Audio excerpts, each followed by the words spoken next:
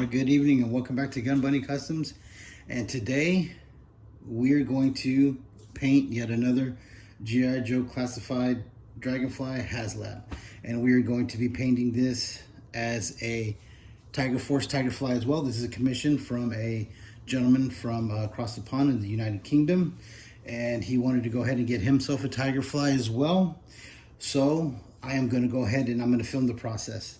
So the first time I did this, I did the two-part series of how to break it down. So I broke it down the exact same way that's pointed out in those two parts. And I have scuffed the entire surface of everything that's going to be painted with that Scotch-Brite pad. And so now we're going to go to the next step, which is we're going to be masking off and taping the bits and pieces that we don't want painted, like the stripes and the missiles, and then the safety lights that are at the tip of the wings. I don't know what the technical term for that is. I'm sure somebody will be nice enough to leave that in the comments. So just a few little things like that we're going to tape. We're going to tape off the propellers. All we're going to do is paint the tips of those red. So we're going to tape everything else off so it doesn't get any overspray or anything like that. And then once we have that taped off, then we're going to put everything up in the painting area, and we're going to start hitting everything with a white primer from Vallejo. Okay, so now I'm going to jump on taping everything off. Like I said, just like the little lights and things like that on the tip of that gun, because I like the way that is already sort of painted and blued looking metal. So I'm gonna jump on that. I'm gonna jump on the masking off part. Then when I get that done, I will show you that, and then we're gonna jump into the priming section.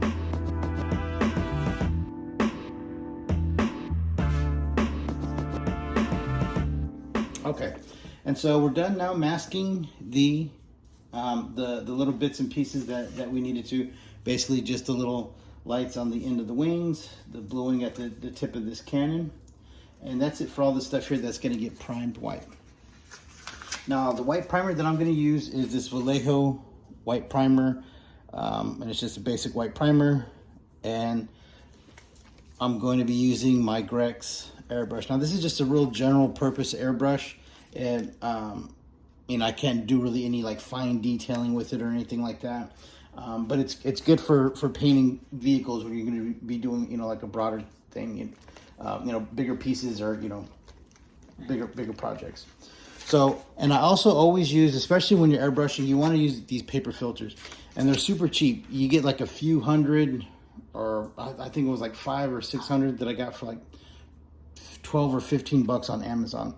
And once you start investing into an airbrush, you really want to invest in these, because when you pour ink in to it, right? So let's pour our ink.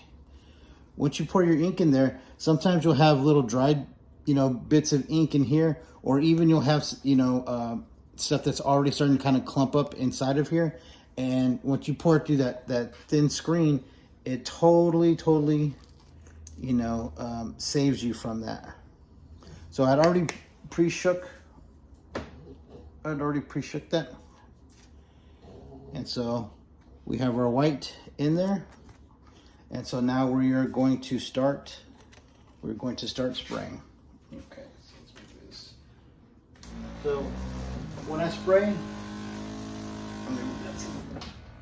spray, I try to spray using the lowest setting, just enough to get that air out, and get that paint out. Okay, so I'll do a couple of, on the side of my shelves here, I'll do a couple of little test runs to make sure that it's kind of the right thickness and it's coming out okay. And it's looking good. All right, so what I try to do on the first couple of coats is I just do a real light, I just kind of do like a real light dust coat on everything. Since it's already sanded, it already has some grip to it. So I'm just gonna lightly kind of dust it. And that way you can start to build it up, because you do not want to get this stuff to where there's so much of it that it's running.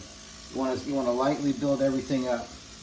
And with these little paint things, these little paint stands or whatever, it allows you to kind of move everything around. It's that way you can get all the angles, and that's all it is. You just kind of lightly dust it with that primer and let it kind of flash sit for a little while.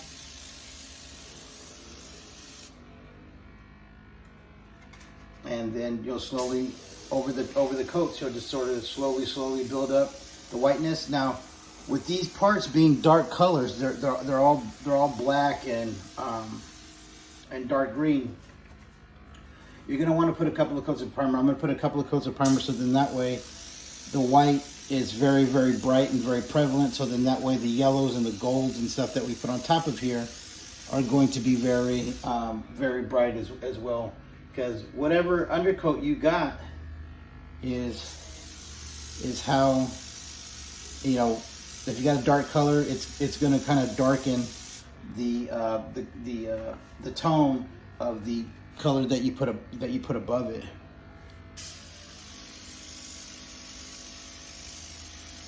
So just real light coats and build it up. It's better to go slow and slowly build it up, especially since this is a commission. This isn't a piece for me. I really go the extra mile to really take my time and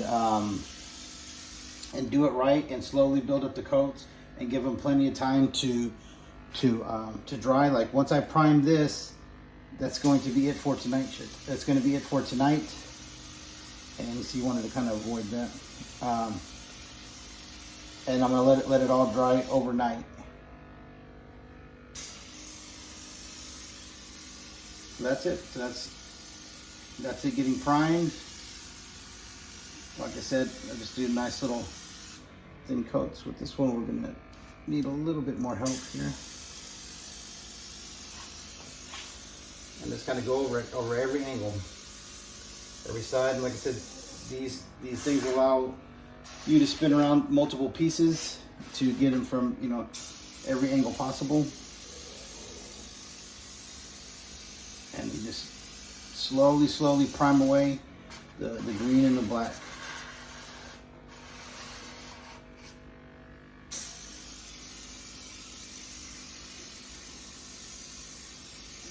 And that's it. And especially right here, you want to really get in here where the where you're going to see and we already went through that whole cup of white. So you're going to see here. I really want to get into these areas and get those all nice and painted, because that's going to be visible once the canopy is up. So you really want to make sure that you paint that stuff in there. And also you want to paint the inside of these doors. Now with the first one that I did, I removed those doors, but then once I started trying to put them back on, I realized it's going to be easier and better to paint them while they're on. And when I paint the other side, I'll open them up and, you know, to have it open to be able to paint the jam on the inside. But I'm not going to take it all the way off, because then that paint's really going to build up. And once you try to put it back on and you try to snap it home, it's going to start to kind of crunch and tear up the paint all along that jam. So I want to avoid that. All right, so I'm going to continue priming until I get it all the way done, and then I'll show you the results.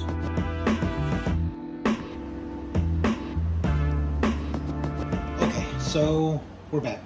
Okay, so it's been about 4 or 5 days since I shot the beginning portion of this episode, and that's because I ended up having work, and then the weather got bad here, and it was kind of cold and rainy, and so I was having issues with my airbrush, because sometimes it happens with the amount of moisture in the air and the temperature drop. It messes with the paint and the way that it atomizes through the airbrush. So I had to kind of sand down certain parts and where it had kind of spit out, and just try to make sure that it was as smooth as possible. So it ended up taking a couple extra days more than what I had intended, but we are here now. So they're all nice and primed white, and I used that Vallejo. It's like this. It's this Vallejo white primer, like that.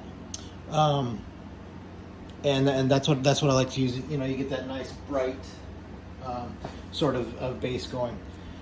So now we're going to move on to the next step, which is going to be painting the things that are red. And so we're talking about like the rocket cans, the winch, the little wings, these little flap things in the back.